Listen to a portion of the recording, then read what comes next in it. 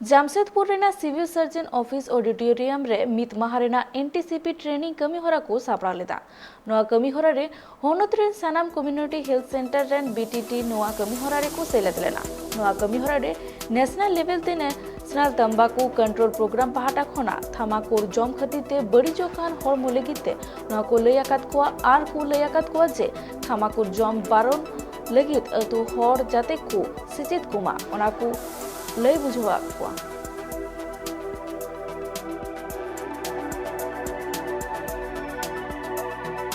Civil surgeon कार्यालय के सभागार में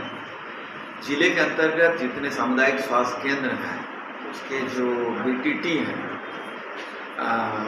उनको बुलाया गया है एनटीसीपी नेशनल टोबैको कंट्रोल प्रोग्राम के 1 दिवसीय प्रशिक्षण के लिए। और हम लोग सभी को इस कार्यक्रम के तहत ये जो प्रोग्राम है एनटीसीपी उसके तहत सभी को हम लोग प्रशिक्षण दे रहे हैं ताकि टोबैको कितना घातक है